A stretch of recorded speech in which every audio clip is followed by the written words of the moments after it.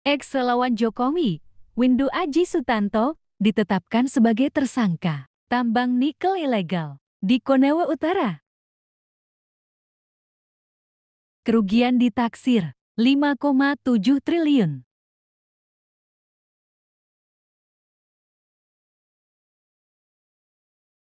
Berikut profil Windu Aji Sutanto, WAS, bos tambang yang kini menjadi tersangka Kejaksaan Tinggi Sulawesi Tenggara atau Kejati Sultra.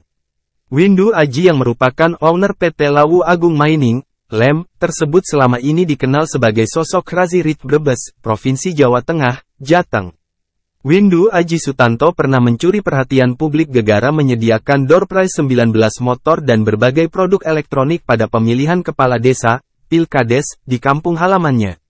Windu adalah bos perusahaan tambang di Kabupaten Konawe Utara, Konut, Provinsi Sultra, yang berasal dari Desa Wangandalem, Kecamatan Brebes, Kabupaten Brebes, Provinsi Jateng.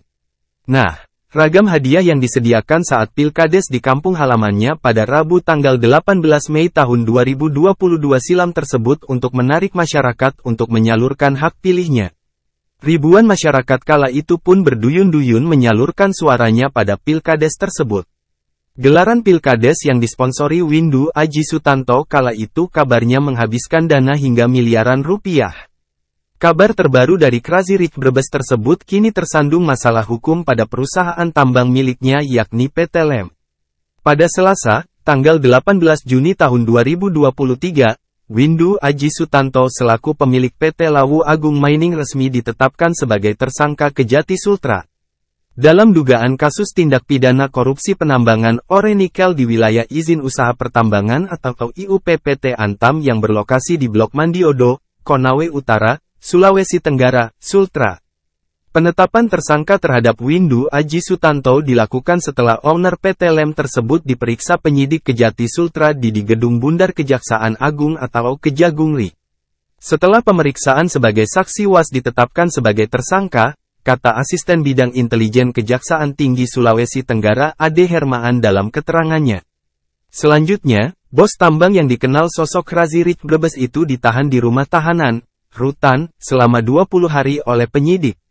Dititip di Rutan Salemba Cabang Kejaksaan Agung.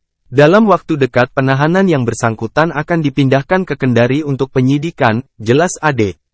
Dalam dugaan kasus tindak pidana korupsi penambangan ore nikel di wilayah IUPPT Antam, Blok Mandiodo, Kabupaten Konut, Kejati Sultra sebelumnya sudah menetapkan 4 tersangka lainnya. Tersangka tersebut yakni Direktur Utama atau Dirut PT LEM Ovan Sofwan dan Dirut PT Kabaena Kromit Pratama atau PT KKP Andi Adriansyah. Selain itu, General Manager, GM, PT Antam UBPN Konawe Utara, HW, dan pelaksana lapangan PT Lawu Agung Mining GL. Keempat tersangka saat ini juga sudah ditahan penyidik Kejati Sultra di Rutan Kendari, Sulawesi Tenggara.